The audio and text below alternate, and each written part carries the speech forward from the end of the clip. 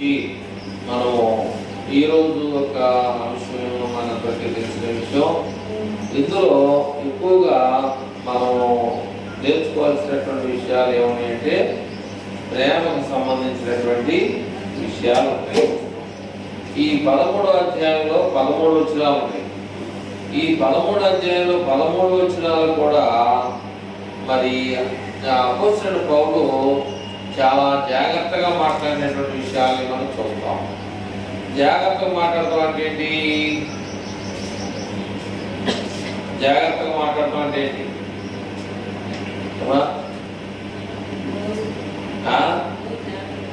నోరుని దగ్గర పెట్టుకొని మాట్లాడటం. జాగ్రత్త పెట్టుకోవడం అంటే నోరుని జాగ్రత్తగా దగ్గర పెట్టుకొని మాట్లాడటం అనేటువంటి విషయాల్ని, చాలా మంచి విషయాల్ని, ఒకవేళ ఈ విషయాలు ఇంతకుముందు మనం ప్రస్తావించి ఉంటే ఉండొచ్చు, కానీ ఈ విషయాలు చాలా అవసరమైనటువంటి, ప్రతి విషయంలో అవసరమైనవి. ఎక్కడైనా ఏ విషయంలో సరే చాలా అవసరమైన విషయాలనేటువంటి విషయాల్ని మనం ఒకసారి జ్ఞాపకం చేసుకుంటూ ఉండాలి. ఇక్కడ విషయాన్ని మనం జ్ఞాపకం చేసుకుంటే ఒక వచ్చిన 13వ అధ్యాయం 1వ వచనంలో ఏమన్నాయంటే ఇక్కడ చాలా మంచి విషయం మాట్లాడుతున్నారు. ఏమన్నాయంటే మనుషుల భాషలతోనూ దేవదూతల భాషలతోనూ నేను మాట్లాడినను, ప్రేమ లేని వాడనైతే మురోగేడు కంచును గణగణలాడు తాళమై ఉంటాము అన్నాడు. కాబట్టి ఏం మాట్లాడినా ఆయన దగ్గర చాలా ఏమంటారంటే కన్నిజ్యం ఉంటుంది, కనికట్టు, కన్నిజ్యులు కనికట్లు అవన్నీ మనకి తెలుస్తుంది. కొంతమందికి తెలియని వాళ్ళు ఎవరు లేరు, అందరికీ తెలుసు. టీవీలు ఉన్నాయి, ఫోన్లు ఉన్నాయి, అందరికీ తెలుస్తూ ఉన్నాయి. కనికట్టు అంటే మనుషుల ముందు చేసేటువంటివి, మనుషుల ముందు ఉప్పు అప్పు అని చెప్పేసి చేస్తూ ఉంటారన్నమాట. ఇదేమన్నాయంటే పౌలు మనుషుల భాషలతోనూ దేవదూతల భాషలతోనూ నేను మాట్లాడినను, ప్రేమ లేని వాడినైతే మురోగేడి కంచు గణగణలాడు తాళమయ్యుట అన్నాడు. ఇప్పుడు పురోగడి కంచు అంటే మనందరికీ తెలుసు. తెలియనుండరా? పురోగడి కంచు అంటే ఏంటి? ఏంటిది? దాని పేరేంటి? పురోగడి కంచు అంటే ఏంటి అమ్మాయి?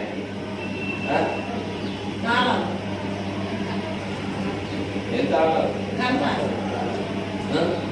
ప్రాంతంలో చాలా మంది ప్రాంతంలో రమ్ము కానీ గజ్జలు కానీ కజ్జలు కానీ అని మోగేడు, మోగేది ఏదైనా సరే అంటే దాన్ని సంస్కృతం చేస్తారో నాకు తెలియదు, బైబిల్లో ఉంది.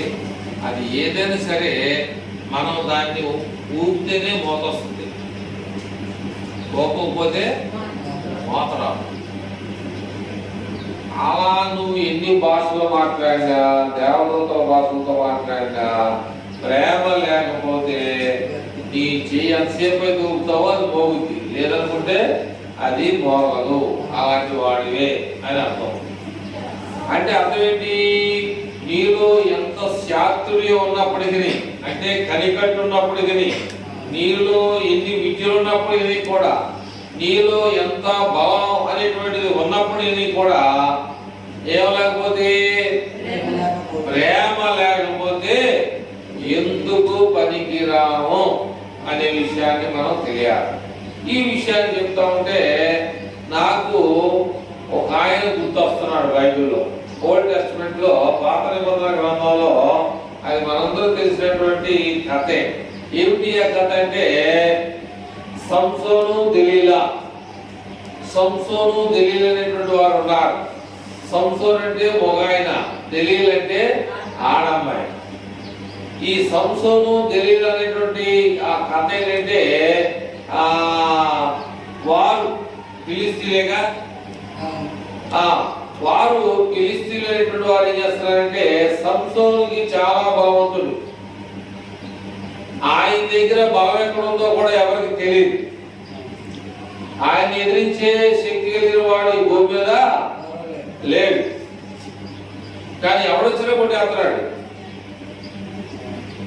వాడి ఎంతలో కూడా సరే, వాడి ఎంత శక్తి కలిగిన వాడైనప్పటికీ కూడా అతన్ని గెలిచేవాడు ఈ లోకంలో లేడు. అది కూడా మనం తెలుసుకున్నాం. సంసారం అంటే మాటలు కాదు, అర్థమైందా? దేవుడు ఒక నియమాన్ని పెట్టాడు. ఏ నియమాన్ని పెట్టాడు? పుట్టినది మొదలుకొని ఆయన చచ్చిపోయేంత వరకు కూడా ఆయన నెత్తి మీద మంగళ కత్తి అనేది వేయకూడదు అని దేవుడు ఒక నియమాన్ని పెట్టాడు. అంటే ఆయన ప్రాణం, ఆయన శక్తి, ఆయన బలం అంతా కూడా ఎక్కడ ఉందంటే ఈ యొక్క ఎంటికల్లో కూడా ఉంది. స్త్రీలకి ఎంటికలు అందం, అర్థమైందా? స్త్రీలు ఎక్కువగా మన హైందవ సాంప్రదాయాన్ని పాటిస్తే బొట్టు కాటిగా ఎక్కువగా హైందవులకి అదొక అందం. అలాగే మగవాడికి మీసం అందం, అర్థమైందా? మగవాడు పురుషులకి ఒక మీసం చాలా అందం కలిగేటువంటిది, అది తీసేస్తే బాగోదు. అట్లాగే దేవుడు చేసేయంటే ఆయన ప్రాణం, ఆయన శక్తిని సంసోను యొక్క వెంట్రుకల్లో పెట్టాడు. అవి తెలుసుకోవాలంటే ఫిలిస్తీయులు అనేటువంటి వాళ్ళు చేశారంటే ఒక ఆడామని డబ్బిచ్చి ఆయన యొక్క బలాన్ని ఎక్కడుందో సంపాదించమని చెప్పేసి ఆ యొక్క స్త్రీ ద్వారా ఆయన్ని లోపరుచుకోవడం అనేది జరిగింది. ఎందుకు పనికి రానేటువంటి వాడిగా పిచ్చోడైపోయాడు అన్నమాట. కనుక దేవుడు మనకి అనేకమైనటువంటి ఆశీర్వాదాలు ఇవ్వాలని ఆయన ఆశ కలిగి ఉన్నాడు. దేవుడు మనలను పెంట కుప్పలో నుంచి బయటకు తీసుకురావాలనేది దేవుని యొక్క ఉద్దేశం అన్నాడు. మీరు ప్రేమ కలిగినటువంటి వారిగా మీరు ఉండాలని దేవుడు చెబుతా ఉన్నాడు. కానీ మరి ఇవన్నీ కూడా ఎవరు పాటిస్తున్నాం? ఈ ఆశీర్వాదాలన్నీ కూడా మనకి రావాలంటే మనం ఏం చేస్తున్నామంటే ఇవన్నీ కూడా పాటించాలి. ఇవన్నీ మనం పాటించగలిగినప్పుడు మనం దేవుని యొక్క ఆశీర్వాదాలు మనం పొందగలుగుతాం అనే విషయాన్ని మనం తెలుసుకోవాలి. రెండో వచనంలో ఏమన్నాడు? ప్రవశించు కృపావరములు కలిగి మర్మములనియు జ్ఞానమంతయు ఎరిగిన వాడైనను కొండలను పెగిలింపగల పరిపూర్ణ విశ్వాసము గలవాడైనను ప్రేమ లేని వాడినైతే నేను వ్యర్థుడంటే ఎందుకు పనికిరాని వాడిని అంటాడు. అంటే కొండలను కూడా పిండి చేయగలిగే శక్తి ఆయన దగ్గర ఉండొచ్చు, ఏదైనా చేయగలిగే శక్తి ఆయన దగ్గర ఉండొచ్చు. కానీ ఆయనలో ఏముండదు? ఏం లేదు, ప్రేమ కావాలి.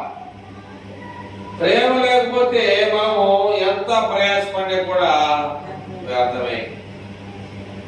కనుక ప్రియమైనటువంటి వాళ్ళరా, ఇక్కడ దేవుని యొక్క వాక్యంలో మాట్లాడాడు. 14 అధ్యాయం 12 వచనంలో చూద్దాం. అదే పక్క అధ్యాయంలో 14, 12 వచనంలో, మొదటి కొరింథీ 14:12లో మీరు ఆత్మ సంబంధమైన వరముల విషయమై అనగా ఆత్మ సంబంధమైన వరముల విషయమై ఆసక్తి గలవారు గనుక సంఘమునకు క్షేమాభివృద్ధి కలుగునట్లు అవి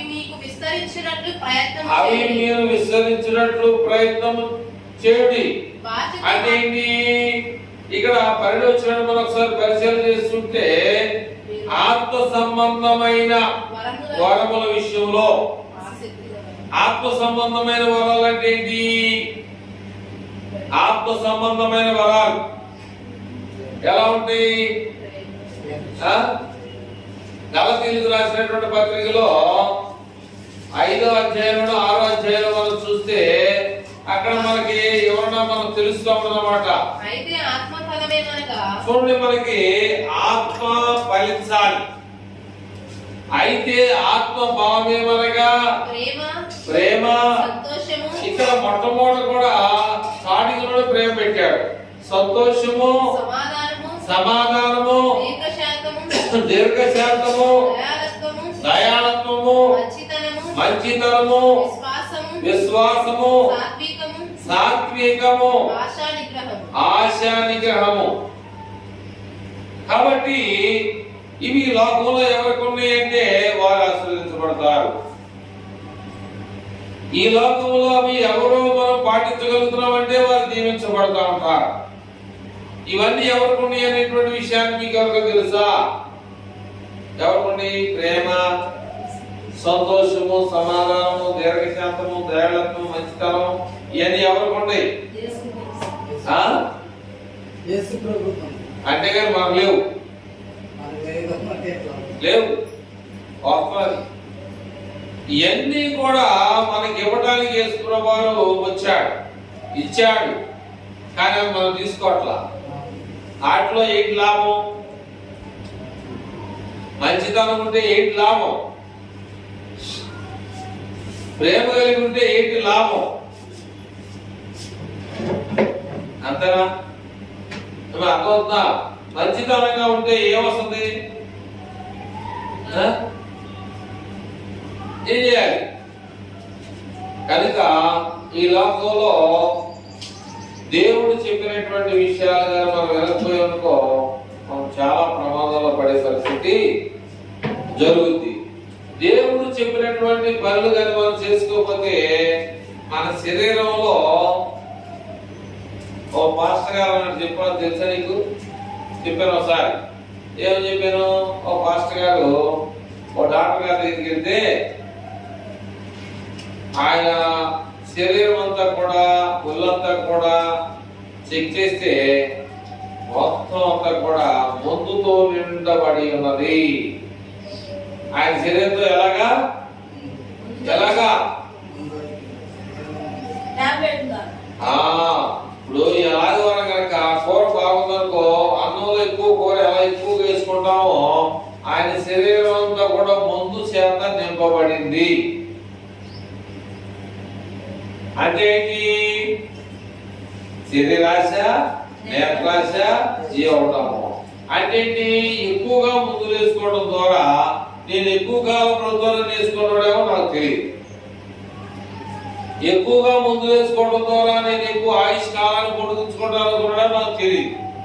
కానీ ఆ డాక్టర్ గారు ఏమన్నాయంటే, నువ్వు మందులు మానేయండి, ఒకవేళ నువ్వు ఇంకా మందులు వాడేవనుకో నీ శరీరాన్ని కొద్ది కొద్దిగా తీసి ఇతరులకు ఇస్తే అది ఒక టాబ్లెట్ లాగా ఉపయోగపడుద్ది అన్నాడు. అన్నాడు, నిజంగా అన్నాడంట కాదు. అన్నాడంటే చెప్పాడంట, యేసు చెప్పాడంట, యేసు బోధించాడంట. అంటే నీకు తెలియదంట, అంటే నిజం అనమాట ఆ మాట.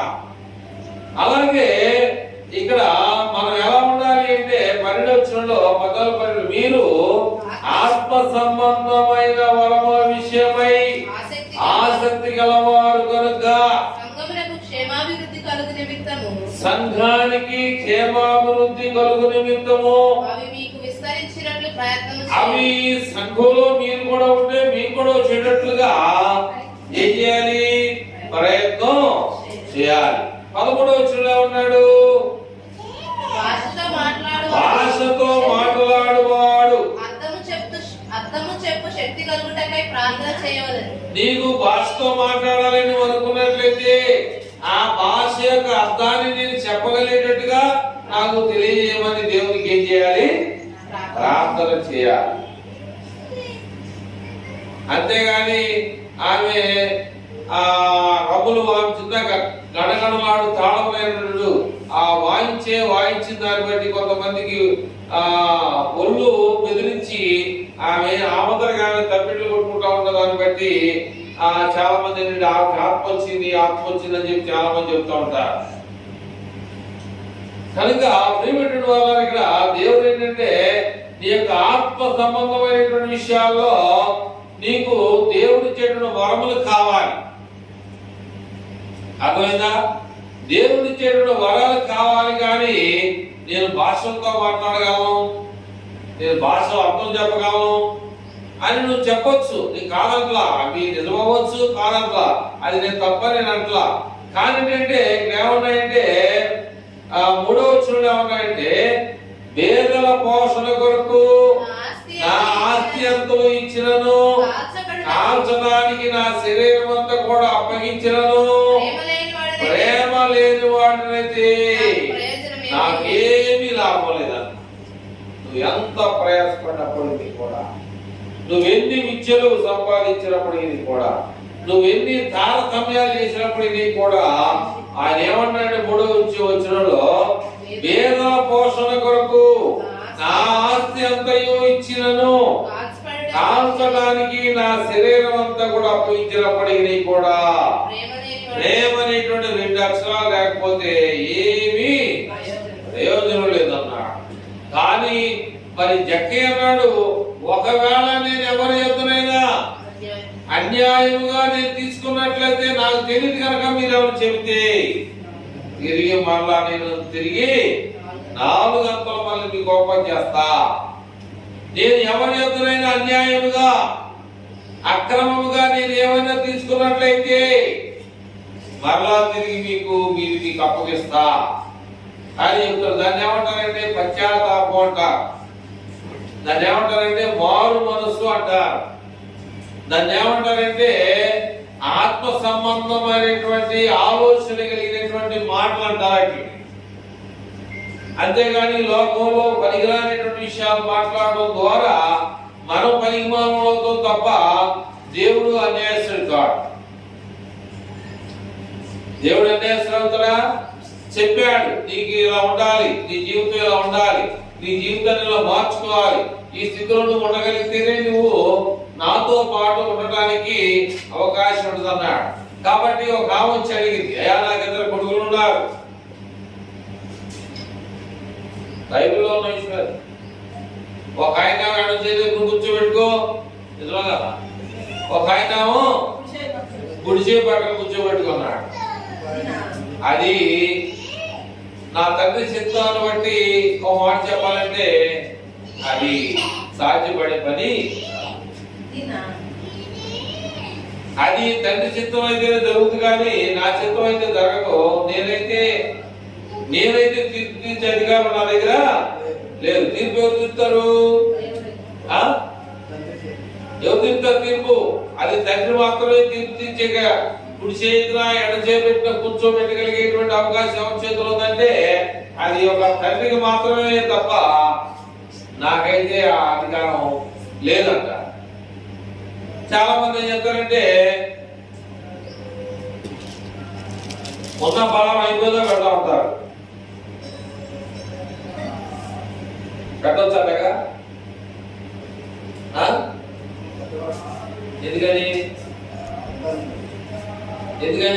వెనక ముందు వస్తారని చెప్పేసి ఏం చేయాలంటే అందరితో పాటు ఉన్న బలంతో పెట్టేస్తారండి. అర్థం ఏంటి?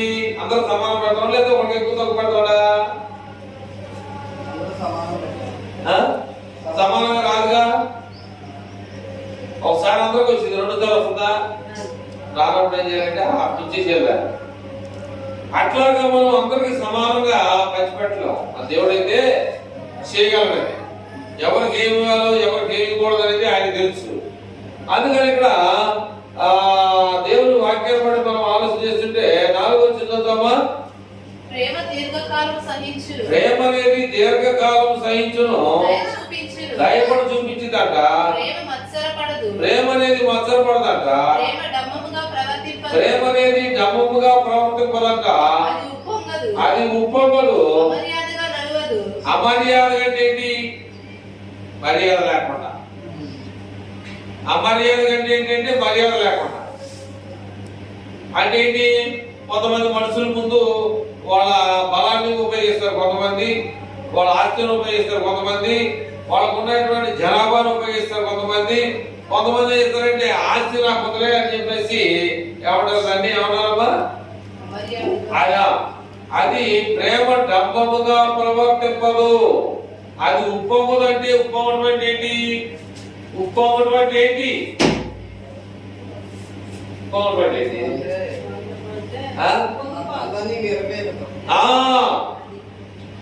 ఉప్పొంగకుండా ఉండడం అంటే ఏంటంటే విరమయ్యే తత్వం ఉండదు. కొంతమంది అన్నం ఎసరు పెడతారు, అది ఏమంటుందంటే సాసలో ఇట్లా మోతొస్తా ఉంటది. మోత వచ్చిన తర్వాత ఎందువరకు ఎయిర్ ఏం చేస్తుంటే పైకి లేపుతా ఉంటారు.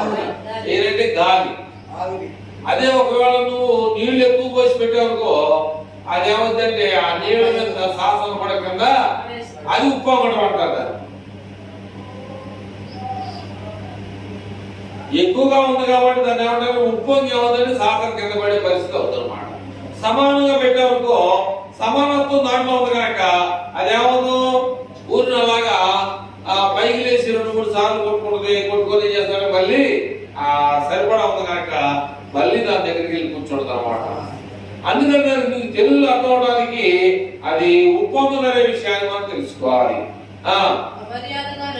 అమర్యాదగా నడవదు, స్వప్రయోజనం విచారించుకోనదు, త్వరగా కోపపడదు, అపకారమును మనసులో ఉంచుకొనదు, దుర్నీతి విషయమై సంతోషపడక సత్యమునందు సంతోషించును, అన్నిటికీ తాళుకొనును, అన్నిటిని నమ్మును, అన్నిటిని నిరీక్షించును, అన్నిటిని వచ్చును. ఏంటి మిగతా ఏమి ఓర్చుకోలేవు. మిగతా ఏమి ఒక ప్రేమ అనేటువంటి మాట మాత్రమే ఓర్చుకోగలుగుతుంది, కానీ మిగతా ఏమి కూడా ఓర్చుకోలేవు. అయితే ఇక్కడ దేవుని యొక్క వాక్యాన్ని కూడా మనం ఆలోచన చేస్తుంటే ఇక్కడ ఒక మాట చెబుతాం. 9 నుంచి ముందుకు వెళ్దాం, 9వ వచనం ముందుకు వెళ్దాం. ఇక్కడ ఏమంటే మనము కొంత మట్టుకు ఎరుగుదము, కొంత మట్టుకు ప్రవచించుచున్నాము గాని పూర్ణమైనది వచ్చినప్పుడు పూర్ణము కానిది నిరర్ధకమగును. దాని విషయాన్ని వివరించుకుందాం. ఇక్కడ మనం ఎంతవరకు ఎరగలుగుతాం? కొంత మట్టుకు. చాలా మంది ఏమంటారంటే బైబిల్ అంతా నాకు తెలుసు అనుకునేవారు ఉన్నారు. వాస్తవైతే బైబిల్ ఎవరికి ఏమీ తెలియదు. ఇంకా మనం ఏం చేస్తారంటే నేర్చుకుంటూనే ఉన్నాం. ఈ బైబిల్ మనం ఎంతవరకు చదివేంతవరకు చదివా కూడా మనకి నేర్చుకునేటువంటి స్థితిలో ఉన్నాము, కానీ ఈ బైబిల్ అంతా కూడా మనము తెలుసుకోలేని స్థితిలో ఉన్నాం. అంటే నీకు తెలియదంటే నీ మనసు అంతగా పెట్టలేదని ఇతరులు అనుకోవచ్చు. ఈ బైబిల్ ఎన్నవాళ్ళు నువ్వు ఎంత పెట్టినా కానీ దేవుని జ్ఞానం వేరు, మానవుని యొక్క జ్ఞానం. ఈ బైబిల్ని దేవుడు ఏం చేయాలంటే మొట్టమొదటిగా గ్రీకు భాషలో నుంచి వచ్చింది. ఎక్కడ? గ్రీకు భాషలో నుంచి అన్ని భాషల్లోకి తర్జుమా చేయబడి, తెలుగులో ఒక అర్థం ఉంటుంది, ఇంగ్లీష్ లో కొంచెం క్లారిటీగా తెలుస్తుందని కొంతమంది డైరెక్టర్లు చెప్తుండగా మేము వింటున్నాం. నాకైతే తెలియదు బైబిల్, అసలు అది పూర్తి తెలియదు. ఏదేదో కొంత మట్టుకే తెలుసుకున్నాను తప్ప నాకు అంతైతే తెలియదు. కనుక ఇక్కడ ఏమన్నాయంటే మనము కొంత మట్టుకు ఎరుగుదము, కొంత మట్టుకు ప్రవశించుతున్నాము, గాని పూర్ణమైనది వచ్చినప్పుడు పూర్ణము కానిది ఏమైందంటే నిరర్ధకం, అంటే పనికిరాదు. ఇప్పుడు ఒక విషయాన్ని మనం ఉదాహరణగా చూసుకుంటే, తేనెతుట్లో ఆ తేనీగలు ఎంతసేపు ఉంటాయి? ఆ తేనున్నంత కాలం ఉంటాయి. మళ్ళీ ఆ తేనె అయ్యే తీసుకొచ్చి పడితే మళ్ళీ ఏం చేస్తాయి? మళ్ళీ ఎంత అయ్యే తినేసి వెళ్ళిపోతాయి. అయితే ఆ అర్థం ఏంటి? ఆ పూర్ణమైనది తినేసి వెళ్ళిపోయింది. అందుకని ఇక్కడ ఏమన్నాయంటే పూర్ణమైనది వచ్చినప్పుడు పూర్ణము కానిది ఏమైంది? నిరంతరం అంటే పనికిరాదు. అంటే ఏంటి? పూర్ణమైందంటే ఏంటి? దేవుడు అదే 2వ రాకడలో క్రీస్తు ప్రభువారు వచ్చినప్పుడు మనం ఇంకా పూర్ణమైనటువంటి స్థితిలో మనం లేవు. అంటే ఏంటి? సంపూర్తి. ఒక గృహాన్ని కట్టేసాం, కట్టేసిన తర్వాత ఏం చేస్తాం? ఇల్లుని కట్టేసిన తర్వాత ఏం చేస్తాం? ఆ? గృహాన్ని గృహప్రవేశం చేస్తాం. ఎందుకని? పూర్తయిపోయింది కనుక. అలాగే మనం కూడా పూర్ణమైనటువంటి వారిగా మనం ఉండాలి. అంటే మనలో దేవుని వాక్యం పూర్తిగా నింపబడిపోయింది. పూర్ణం కారణమవుతుంది అంటే ఈ తేనీగలు ఎలాగైతే తీసుకుని వెళ్ళిపోయాయో అలాగే యేసుప్రభు వచ్చినప్పుడు పూర్ణం కాని వారి సంగతి ఏంటంటే వాళ్ళ పని అంతే సార్. అంటే వాళ్ళు కూడా తీసుకెళ్తాడు. వాళ్ళు కూడా తీసుకెళ్ళి ఏం చేస్తాడు? తండ్రికి అప్పగిస్తాడు. ఆయన డ్యూటీ ఏంటి? రావటం, మళ్ళీ ముందొచ్చాడు, రెండోసారి వస్తాడు, వచ్చి తీసుకొని తండ్రికి అప్పగించేస్తాడు. ఇక అక్కడ పూర్ణంగా కలిగిన వారు ఎవరు ఉన్నారు అంటే నీతి కలిగిన వారు ఎవరు ఉన్నారు, నీతి లేని వారు ఎవరు ఉన్నారు అనేది ఇక దేవుడు చూసుకుంటాడు అన్నమాట ఆ పనిని. కాబట్టి ఇక్కడ మనం ఏం చేస్తామంటే మరి పూర్ణమైనటువంటి వారిగా మనం ఉన్నామా, అసంపూర్ణంగా మనం ఉన్నామా? అసంపూర్ణంగా అంటే ఏంటి? పూర్తిగా ఇంక ఇల్లు చాలా పూర్తి అవ్వాలా. ఇల్లు ఏంటంటే ఇంకెప్పుడు ఓపెన్ చేస్తారు మీరు ఇల్లు అన్నారు అనుకో, ఆ కొద్ది చిన్న పని ఉందండి, ఆ పని అయిపోతే వచ్చేస్తాను, వచ్చే నెలలో వచ్చేస్తాం అంటే ఏంటి? మన యొక్క హృదయం, మన యొక్క మనసు, మన శరీరంలో అసంపూర్ణమైనది ఏమైనా ఉందా? అసంపూర్ణమైనటువంటిది తీసివేసుకోలేకపోతున్నావా? దాన్ని అలాగే ఉంచేసుకుంటున్నావా? అదవుతుందా? ఓ గృహం నిర్మాణం పూర్తయిపోయింది, దానిలోకి వచ్చేసారు వాళ్ళు, పాలు పొంగులన్నీ చేసుకొని తిన్నారు, చక్కగా కాపలు చేసుకున్నారు మంచిగా. అలాగే మనలో కూడా అసంపూర్తి అంటే పూర్తి కానిటువంటి విధానం మనలో ఏమన్నా ఉందా? అర్థమవుతామా మీకు ఎవరికైనా? ఇక్కడ 11వ వచనంలో ఏమన్నాయంటే నేను పిల్లవాడినై ఉన్నప్పుడు పిల్లవాని వలె మాట్లాడి తిని, పిల్లవాని వలె తలంచి తిని, పిల్లవాని వలె యోచించి తిని. కాబట్టి మనం ఏ స్టేజ్ లో ఉన్నామో ఆ స్టేజీని బట్టే మాట్లాడాలి. అనగా మన స్థాయి ఏ స్థితిలో మనం ఉన్నామో ఆ స్థితిలోనే మనము మాట్లాడగలిగేది తగ్గించుకున్నట్టు. ఆయన అన్నాడు ఏంటంటే నేను పిల్లవాడిగా ఉన్నప్పుడు పిల్లవాడిలాగానే ఉన్నానంటాడు. అప్పుడు మనం అసంపూర్తిగా ఉన్నాడు ఆయన, అంటే సంపూర్ణంగా లేడు. ఇంకా ఆయనకి ఇంకా పూర్తిగా వివరాలు అన్ని ఇంకా తెలుసుకోవాల్సిన విషయాలు ఉన్నాయి. అయితే ఇప్పుడు ఏమన్నాయంటే నేను ఇప్పుడు నేను పెద్దవాడినై, నేను ఇప్పుడు పెద్దవాడిని, పిల్లవాడి చేస్తులు మానివేతిని. ఇప్పుడు అర్థములో చూసినట్టుగా చూస్తున్నాను, అప్పుడే ఇంకా ముఖాముఖిగా చూస్తానన్నాడు. ఇప్పుడు కొంత మట్టికే ఎరిగి ఉన్నాను, అప్పుడు నేను పూర్తిగా ఎరిగబడిన నిమిత్తము. కాబట్టి ప్రిమిటివ్ వల్లరా ఇంకా మనం చాలా మరి తెలుసుకోవాల్సినటువంటి విషయాలు బైబిల్లో చాలా ఉన్నాయి. కానీ బైబిల్ అంతా కూడా మనకి తెలుసు అనుకునేవారు ఉండొచ్చు. కానీ ఏంటంటే మనకి ఈ ప్రేమ అనేటువంటి ఈ 2 అక్షరాలు ఎంత విషయాల్ని మనం తీసుకొచ్చినాయి అనేటువంటి విషయాన్ని మనం జ్ఞాపకం చేసుకోవాలి. పరిడైపోయిందమ్మా. కాగా విశ్వాసము, నిరీక్షణ, ప్రేమ ఈ 3 నిలుచును. వీటిలో శ్రేష్టమైనది ఏంటంటే ప్రేమ. కాబట్టి మనలో ఏముండాలి అంటే ప్రేమ అనేటువంటి 2 అక్షరాలు మనలో ఎప్పుడు పనిచేస్తూ ఉండాలి. మనలో ఎప్పుడు కూడా ఏమవుతూ ఉండాలంటే మారుదల అవుతూ ఉండాలి. ఈ ప్రేమ అనేటువంటి 2 అక్షరాలు మనలో మారుదల అవ్వకపోతే కొంతమంది గ్యాస్ పట్టేస్తే టాబ్లెట్ వేసుకుంటూ ఉంటారు. కొంతమంది గ్యాస్ పట్టేస్తే ఉదయాన్నే గ్యాస్ తగ్గాలంటే ఉదయాన్నే వేడి నీళ్ళు తాగుతూ ఉంటారు. గ్యాస్ సంబంధించినటువంటి ఒక అరుకు లాంటిది ఒకటి ఉంటుంది, అది తాగుతూ ఉంటారు. ఎందుకంటే అందులో ఉన్నటువంటి మన కడుపులో ఉన్నటువంటిది ఆ యొక్క ఆ బాధ ఏమని నివారించబడాలి. నివారించబడాలంటే మనకి ఏం కావాలి? ఆ గ్యాస్ పోయేటువంటి మార్గాన్ని మనం సంపాదించుకోవాలి. కనుక ఇక్కడ ఏమున్నాయంటే కాగా విశ్వాసము, నిరీక్షణ, ప్రేమ, ఈ మూడు నిలుసులు గాని వీటిలో శ్రేష్టమైనది ఏంటి అంటే ప్రేమ. కాబట్టి వీటిలో మంచిది ఏంటంటే ప్రేమ. ఈ ప్రేమ అనేది మన జీవితాన్ని ఎక్కడికైనా తీసుకెళ్తా ఉందన్నమాట.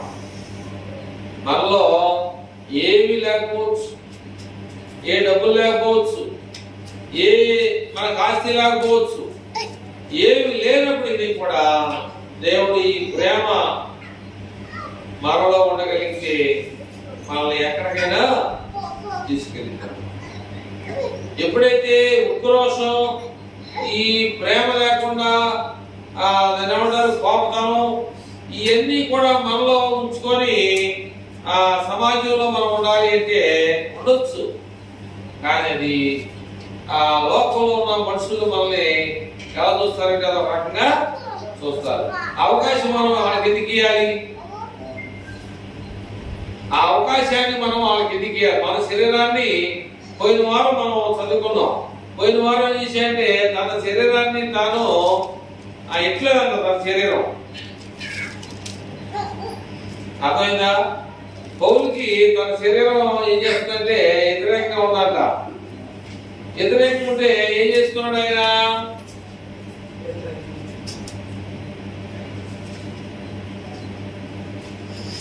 ఒక మాట ఇక్కడే ఉందమ్మా.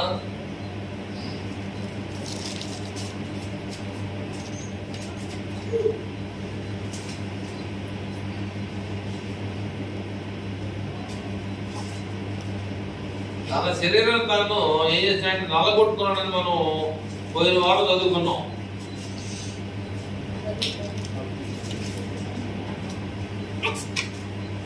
పరిణతి మనం చదివింది కనుక దేవుని యొక్క వాక్యాన్ని బట్టి మనం ఆలోచన చేస్తామంటే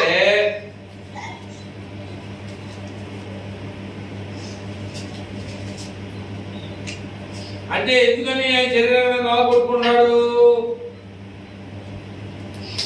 అర్థం కాలేదా? ఎందుకంటే ఆయన శరీరం తన స్వాధీనంలో ఉండాలి. లేదనుకో 10 మంది చేత తాను మాటలు పడే పరిస్థితి వచ్చిందని చెప్పేసి తన శరీరాన్ని తాను ఏం చేసుకున్నాడంటే నలగొట్టుకున్నాడు అనేటువంటి విషయాన్ని గత వారంలో మనము ఆ యొక్క విషయాన్ని మనం చదువుకున్నాం. అయితే ప్రియమైనటువంటి వాళ్ళ ఎంతవరకు మనం జరిగినటువంటి విషయాలు మనం ఆలోచన చేయగలిగితే అసలు మొదటి వచనంలో చాలా అద్భుతంగా మాట్లాడుతూ ఉన్నాడు పౌలు. మొదటి వచనం 13 మొదటి వచనంలో అసలు మనుషుల భాషలతోనూ దేవదూతల భాషలతోనూ నేను మాట్లాడిన వాడైతే కనుక ప్రియమైనటువంటి వాళ్ళ ఇక్కడ కొన్ని విషయాలు మనం ఆలోచన చేద్దాం. ఎందుకు చూద్దాం ఒకసారి.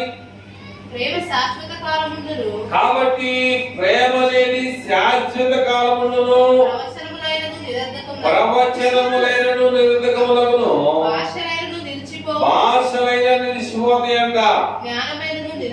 జ్ఞానం కూడా ఎందుకు పని రాకుండా పోయిందంట. కాబట్టి ప్రియమైనటువంటి వాళ్ళ రకరకాలైనటువంటి మనుషులు ఈ లోకంలో ఉన్నారు. కొంతమంది కొంత విధానంలో ఉంటారు వారు. అలాగా దేవుని యొక్క వాక్యం నేను చెప్పేది ఏంటంటే నిన్న నేను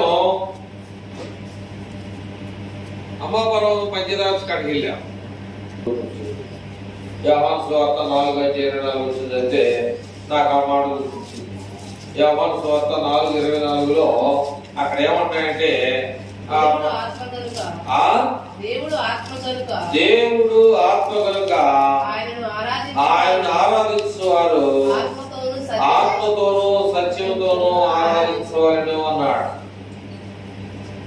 23 వచ్చులో ఉన్నాడు 23 యథార్థముగా ఆరాధించువారు అయితే యథార్థముగా ఆరాధించువారు ఆత్మతోను సత్యముతోను తండ్రిని ఆత్మతోను సత్యముతోను ఆరాధించు కాలము వచ్చుచున్నది.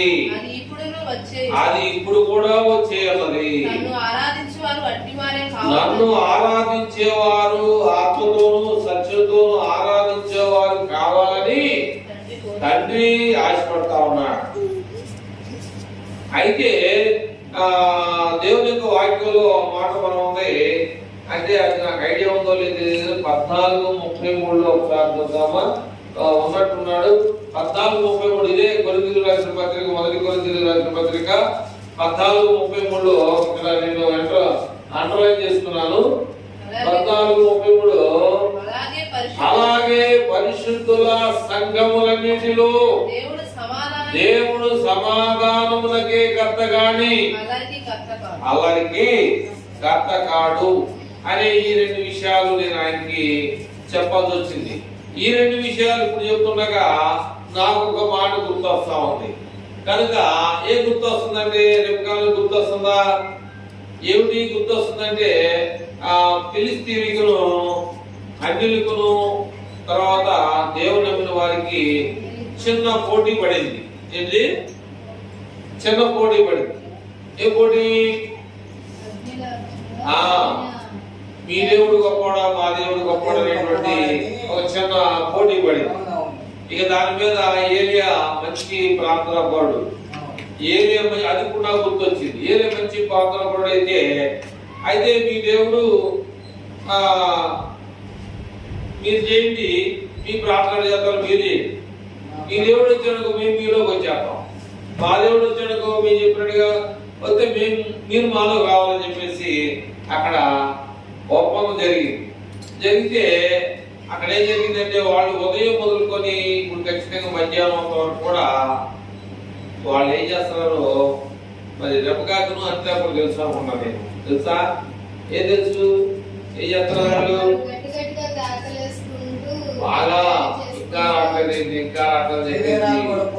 ఓ శరీరం రక్తం వచ్చేటట్టుగా మీద నీళ్లు పోసుకొని పచ్చగా మట్టితో పెట్టడం ఓ రకరకాలైనటువంటి వాళ్ళ యొక్క స్థితి.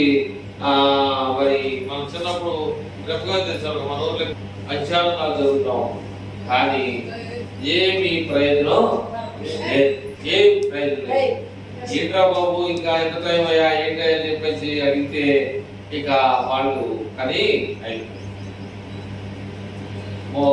ఈ పేరేంటి ఏలియా ఒక పని చెప్పాడు. అక్కడ ఉన్నటువంటి దేవుని బిడ్డలకి ఏం చేశాడంటే ఒక కందకాన్ని తోమన్నాడు. కందకాన్ని తోమన్నాడు. తొమ్మిది దాని మీద కట్టెలు పెంచమన్నాడు. కట్టెలు ఏంటి అనలు మందులు మినువులు ఇవన్నీ కూడా పోసేది దాని నీళ్ళలో. ఆ కందకోలో నీళ్లు పోసేది నిండా. ఆ తర్వాత ఎద్దును బలించండి. ఎద్దును బలించి ఆ ఎద్దుని ఆ కట్టెల మీద మాంసం పచ్చి మాంసం దాని మీద పెట్టని చెప్పేసి ఇక ఆ కార్యక్రమం అయిన తర్వాత వాళ్ళు ఇక ప్రార్థన చేయడం దేవునికి ప్రార్థన చేయడం ప్రారంభించారు. ప్రార్థన చేసి ప్రారంభించిన తర్వాత దేవుడు అనుకున్నట్టుగా ఏలే చేసిన ప్రార్థన ద్వారా అగ్ని కనపడకుండా వచ్చేసి ఆకాశంలో నుంచి అగ్ని వచ్చేసి ఆ నీళ్లు ఆ కట్టెల మీద మాంసం అంతా కూడా ఏమైందంటే బుగ్గైపోయింది. కనుక అప్లిమెంట్ వల్ల దేవుడు ఎలా ఉన్నాడంటే మన మధ్యలోనే ఉన్నాడు. ఆయన ఆత్మస్వరూపిగా మనం ఉన్నాడు. అయితే ఆయన పూర్ణమైన పరిశుద్ధాత్మ దేవుడు మన మధ్యలో ఉన్నాడు. పూర్ణం కారణం ఏంటంటే ఆయన ఈ లోకంలో ఉన్నప్పుడు వెళ్ళిపోవడానికి కారణం ఏంటంటే పరిశుద్ధాత్మ దేవుడిని పంపించడానికి ఆయన మరలా వస్తాడు. ప్రస్తుతం ఉన్న వారు ఎవరంటే పరిశుద్ధాత్మ దేవుడు. ఆత్మ వచ్చిందని మీరు ఎక్కడ అనబాకండి. ఆత్మ వచ్చిందంటే అర్థం ఏంటో మీకు చాలాసార్లు చెప్పి నాకు నోరు పోతుంది కానీ మీకు అర్థం రావట్లా. ఆత్మ వచ్చిందని అనకూడదు. ఆత్మ వచ్చాడు. అర్థమైందా? ఆత్మ వచ్చాడంటే ఆత్మ కూడా దేవుడే.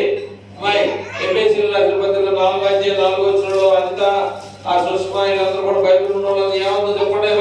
ఎక్కడ బైబిల్ ఏం చెప్తుంది చూడు. 4 నుంచి ఏమన్నాయంటే అవడానికి శరీరం ఒకటంటే ఏంటి దొరక అనివార్యంగా శరీరం అనేది ఒక్కటే అది దానికి అర్థం ఏంటి నిన్నగా ఎవరు చెప్పదు. శరీరం అనేది ఒక్కటే, ఆత్మ కూడా ఒకటే. నేను చెప్పి నేను అమ్మని అడిగినా వాళ్ళే చెప్పాలి. శరీరం ఒకటే అంటే ఏంటిది దానికి అర్థం ఏంటి?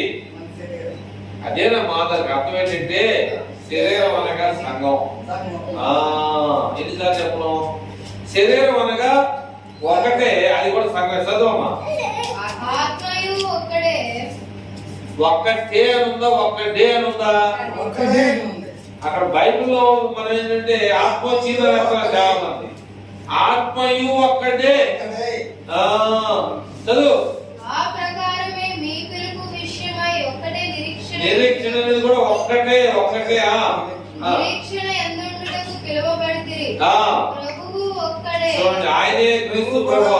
ఒక్కడే అంటే పురుషుని పోస్తారు. ఆ మాట ఏంటంటే ఒక్కడే అనే మాట కాదంటే పురుషుని సంబోధిస్తుంది అన్నమాట అర్థం.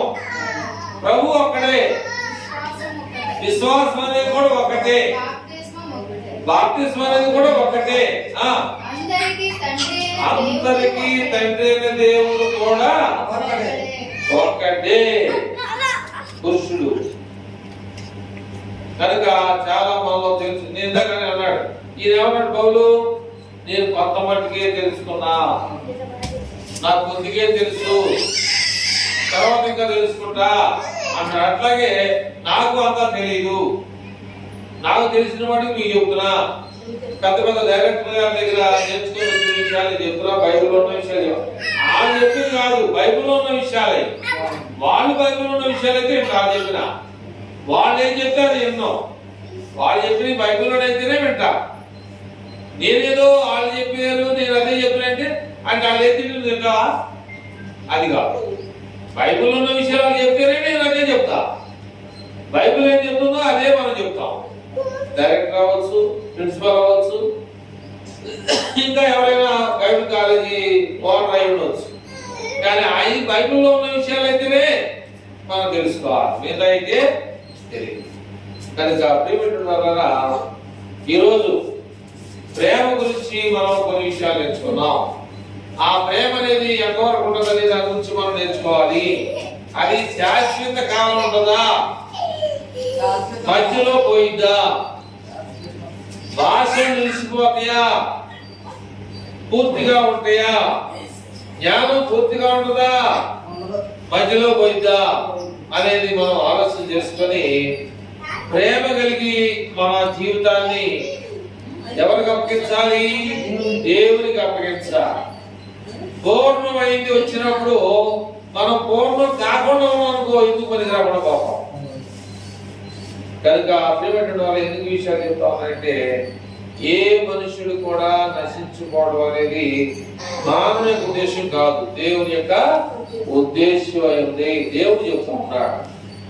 దేవుడు ఖచ్చితంగా కళాఖండిగా ఆయన బిడ్డలో మనం ఆయన సొత్తైన ప్రజలు కనుక ఎవ్వరు కూడా నశించుకోవడం అనేది దేవుని చిత్తము కాదని మనం ఖచ్చితంగా నేర్చుకొని ఆ ప్రకారంగా దేవుని వాక్యంలో దేవుని సన్నిధిలో మన వంతు మనం ముందుంటానికి ప్రయత్నం చేద్దామని ప్రభుపేట మీకు విషయాలు తెలియజేస్తూ దేవుని మాటలు ముగిస్తా ఉన్నారు. కళ్ళు మూసుకొని ప్రార్థన చేసుకుందాం.